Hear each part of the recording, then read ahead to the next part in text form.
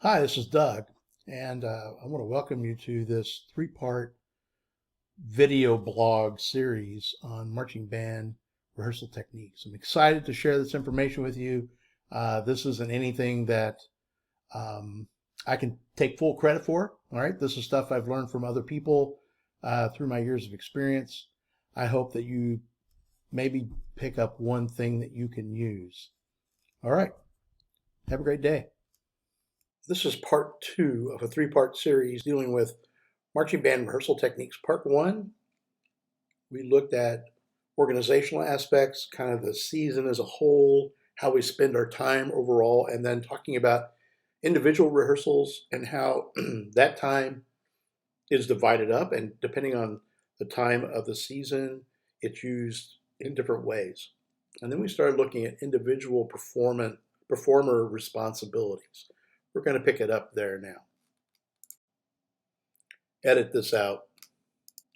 We are primarily looking at the visual responsibilities or working on the visual program in this three-part series. And we wrapped up part one talking about the visual responsibilities of the performer. They're responsible for their own body. Okay, they're bearing at any given time what that's supposed to be, if it's at attention or if it's something different, depending on the program we're performing, their body alignment. So we're looking at the dot there, dot or coordinate, center of body over the dot is listed, but our performers can be on their dot and our visual performance still not look clean. And that has to do with their alignment of their body, that our shoulders have to be in the right place. They have to be projecting in the right direction. Um, our our entire body has to be over that dot in such a way that we are, in a way, an extension of that dot, straight up above it. If we are asked to do something with our bearing other than that, then we're responsible for that, okay, as a performer. Then I'm responsible for knowing where my dot is at all times.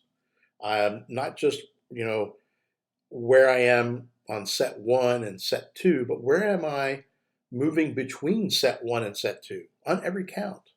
That's really how we get clean visual performance. Is the performers know where they are all the time, every count of the performance. That's the goal, okay, to get to that point. And then knowing where we're guiding. How do I confirm that I'm on my dot? What am I looking at? Am I looking at a landmark on the field? Is it a prop? Is it a yard line? Is it a hash mark, a sideline? Is it a person? Is it a group of people? How do I know where I am? Okay, that I am at the right position at the right time. Okay, and then those are prioritized. We're going to look at that now. So the first thing is cover and dress, and we're using this red X. So as we go through these examples, so if I'm standing on the red X, my cover is my alignment front and back. All right, so if I'm that red X and I'm facing the bottom of the screen, then I'm lining my spine up with the spine of the person in front of me. All right, so that we're all directly over that midpoint. Now, depending on what we're doing at that particular moment, my feet may be together and they're right on that dot. Okay, or if say I'm passing over that midpoint and I'm moving the opposite direction of other people that I'm supposed to be lining up with in cover, then all of us are going to have to make sure the center of our body is over the dot, not our foot on the dot, but the center of our body is over the dot in order to achieve cover alignment there. Dress is left and right. So if I'm the red X, then I'm dressing to the left, the form on that hash mark. Okay. So when we're talking about linear forms, I'm going to use this block as an example. And here is our red X in the middle of the form again. And I'm showing cover and dress for that person in the block. So the first priority is going to be the most obvious. If I'm in the audience, and again, we're performing toward the bottom of the screen, and I'm in the audience looking at this form from bottom up, then I'm going to be able to tell very quickly if the bodies aren't in line with each other, if the spines aren't all lined up, all right? So that should be first priority, standing in a block. And then my second priority would be dress, making sure that I'm looking left and right, that I'm between the people on either side of me, and that we have that straight line, that we're all on our coordinate, and we're confirming it by seeing that straight line, right? Then the third priority would be diagonals. If you can, it's possible to have cover happening and to have dress happening and not have diagonals. And the reason that's possible is if you change the spacing between the lines, either vertically or horizontally, we're going to mess with the diag. Okay, so the diagonal is the goal. It's we want to have cover, we want to have dress, and we want to have that diag. So the mix of being on our dot, knowing where our coordinate is, and looking at alignment, confirming it with how we're guiding is going to set that up. Now, it's really easy to get into this whole discussion of, is it dot or is it form, right? To me, it depends on how much time you have. If you have the time to get the reps, you can be much more dot oriented. If you are putting drill out on the field on Monday that you're going to perform on Saturday, you're probably going to have to be a little more form oriented. All right, we're going to be close to the bottom of this arc. Is going to be close to 4 steps off the arc, off the hash mark. Whereas if I have 3 or 4 weeks to rep it, then I'm going to get everybody conditioned and get their body conditioned to know how big a step they have to take and where their spot is. We're going to hammer that home. We're going to march to our spot. So that means with every rep, you have to make sure that they're making it to the right spot so it gets consistent. All right. Setting diagonals. This is something that arguments on football fields all over the country happen over diagonals. I promise you this. So here is the process that I like to use, and I have it outlined in these steps so you can follow along. But the end point, the blue X, turns and faces up the diag. So in other words, again, if we're performing toward the bottom of the screen, and we're going to say everybody is facing the bottom of the screen. This would be flipped around if everyone was facing the top of the screen. Okay, so the blue X is going to turn and face up the diag. The end point at the top, the red X, is going to turn and face down the diagonal. So they're facing each other. They're facing all the people in between them. And they hold up, the red X holds up an arm or an instrument.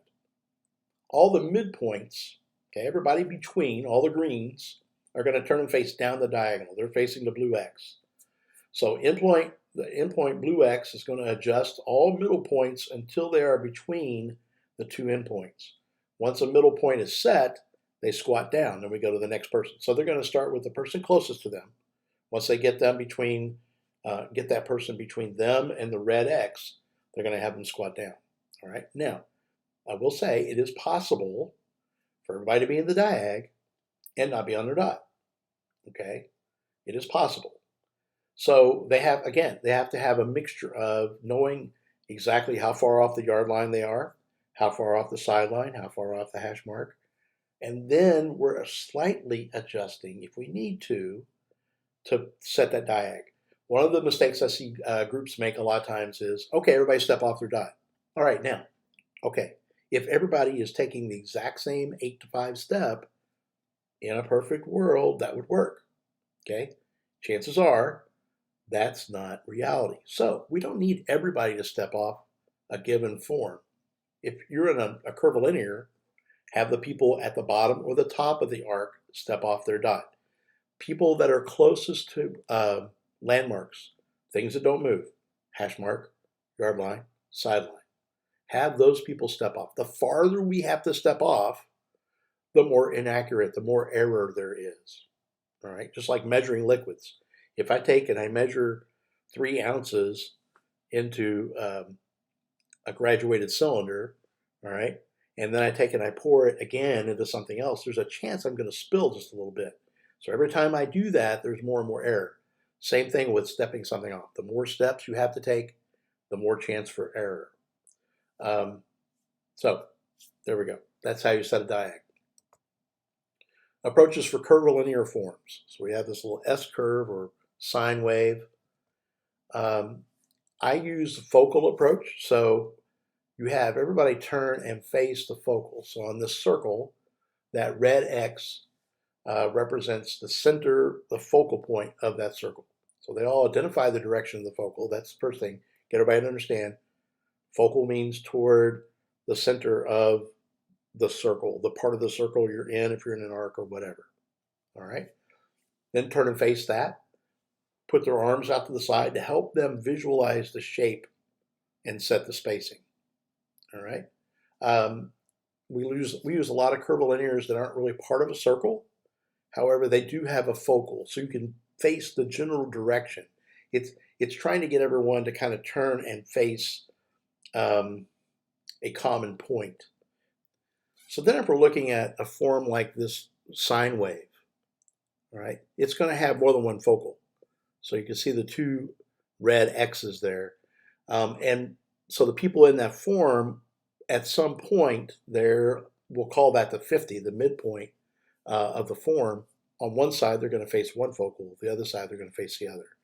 But then they're still going to have to work together so that kind of diagonal part of the form lines up, so that we look like we're matching and we're in the same form. So sometimes I have to tell the students I'm working with to remind them, hey, face the focal. The focal may be behind you. Right? I'm not going to run this video, but I feel like that one of my responsibilities as a music educator is to continually, constantly share good resources. And this is a shout out for Bill Bachman's drumworkout.com. He has a fantastic video explaining timing on the field. All right. And the reason I bring this up is alignment can't happen until timing happens. And that's why it's so crucial that performers can play their music well before we start to teach visual. Before we start putting it on the field, they have to be able to play together. All right. And I see a lot of groups that they go to this step of teaching drill and they're not able to play their music together standing still. All right. So then they go out on the field and they're trying to make alignment happen. Well, alignment can't happen because I think that count 3 is in one spot and you think that count 3 is half a second later. All right. So if we're supposed to cross this yard line on count 3 at the same time, we're never going to do it together because we have a different idea of where count 3 is in space, in reality. And so until we get that figured out, we're just going to be frustrated. So Bill has a fantastic video talking about timing and distance and delay and how you have to deal with it in the marching activity. So I can't stress enough how great this video is. Not only for you, your staff, but also for your students. Have your students watch it and you'll see the light bulb go on with them. They're like, oh, that's why, I hadn't really thought about that. So check it out. So now I'd like to talk about visual basic block. Why do we do basic block? What are we wanting to achieve? We're going to build, define, and refine a common vocabulary of movement for all performers. This is how we stand. This is how we hold our instrument. This is how we do a forward march. This is how we do a mark time. This is how we do a backward march. This is how we do a slide where we keep our upper body flat to the sideline, no matter what our feet are doing. Whatever it is, okay, all those things, all the vocabulary that we're going to put on the field. And so the other part of that I would say is cover and isolate as much of body movement used in the show as possible. So if there's something in your show, cover it in marching basic.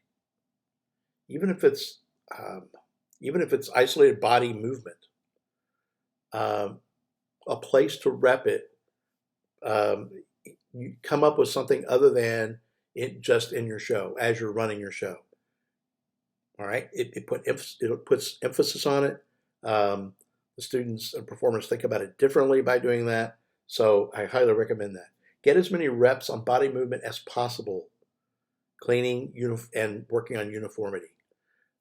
So it's you want to make sure that when you get into basic block, we're doing this, we're doing this, we're doing this, you go right through it. Okay. Once something is taught, once you feel like everybody understands what's supposed to happen, then we're working on reps, building body awareness and mapping. Okay, I know where the parts of my body are, and muscle memory, so that they're able to perform that not just when they're in marching basic, but when they're playing. The other aspect of this is conditioning. And I have a buddy who talks about band aerobics. And so there are ways of using basic block throughout the season to build up endurance, to build up so that you don't have fatigue at the end of your show. Make sure your basic block utilizes the tempos in your show. If you have a section of your show that goes 180, then you should be doing 180 in your basic block. I wouldn't even teach that section until I had done 180 in my basic block. So think about the basic block being an extension, or even your show being an extension of basic block. They're connected, and the performers have to see them as connected, right? I know sometimes high school band members, why are we playing all these scales? Well, your music is made up of scales. It's different portions of scales. This is a scale with these two notes left out. So it's the same kind of thing. Basic block has to be utilized in that way. So visual basic exercises. I use a lot of 8 dates. So forward march 8, mark time 8, forward march 8, mark time 8. Same thing with backward march. Rep, rep, rep, rep, rep. Now you have the decision to make. Is it important to nail down an 8 to 5 step if we don't really ever use it in our show? You may never use it. The only time you might use it might be when someone is stepping something off. Okay? So you may not be as hung up on getting everyone to do an 8 to 5 step. You should be hung up on doing the step the same style, making sure we're all moving together. We're moving the same way. Forward, backward, sideways, whatever we're doing. Use lots of boxes with slides, so we're getting different body orientation. The Husker orbit is try to explain it without video. It's a way of working meshing. So we're in a basic block, and one line is marking time, while another line comes up, moves on a diagonal, meshes with that front line, moves through that line, out of the windows, so that now they're in front of, we'll call them A and B. So B's are moving to mesh with A's, and then B's are moving in front of A's, and then B's move back on a diag to mesh with A's again, and then back on a diag, back to the original position. So now we're teaching center of body. We're going to make sure our center of body lines up with the mesh, not our foot. All right? So on count 4, I'm stepping through the window. I'm not arriving at the window with my foot. The center of my body is in the window. And then we flip it. So then A's are meshing with B's. And they run in 16 count sequences. So fantastic way of working center of body things. You can also work body orientation things because they're moving on an angle and having to do direction changes with their lower body. The Husker twist, take the block moves one direction down the field and changes upper body and lower body orientation every 8 counts. Then you can switch it to every 4. If you can get everybody to execute that at 144 clicks, your band can do a lot. Again, if you have a section of your show that's 180, then my goal would be to get them to do it at 180 by the end of the season. So briefly, it's forward march 8, upper body changes to a slide. So our upper body goes left, our feet keep going the same direction, another 8. Then our lower body flips around. Now we're doing a backward slide. Our upper body stays to the same direction. We're backward marching. Then we do that for 8. Then we switch our upper body again. Now we're just doing a straight backward march. Upper body flips around to the left again. Our feet stay the same direction, so we're doing a backward slide, but our upper body is facing the opposite direction. Then we change our lower body around, so we're doing a forward slide, and then we're doing a forward march 8. It works really great. Plus sign is everybody's moving in the shape of a plus sign. So forward 8, back march 8, left slide 8, back slide 8 back to our original position, back march 8, forward 8 to our original position, right slide 8, back slide 8 to our original position. Okay, and then you can work. That works all the direction changes and upper body orientation, and you're staying in one spot on the field. Across the floors, there's a technique where you can sample small groups of people at a time, maybe 8, okay, lined up in your block, and you have them do 16 down the field, and you're able to see individuals that way. And you can do it with anything. It could be with forward march, it could be backward march, it could be some kind of alternate step you're doing, whatever. But it's a way of kind of taking the block and seeing smaller groups, especially if you have a small staff or if you're a staff of 1. Across the floors is the way to go. And that is going to wrap up part 2.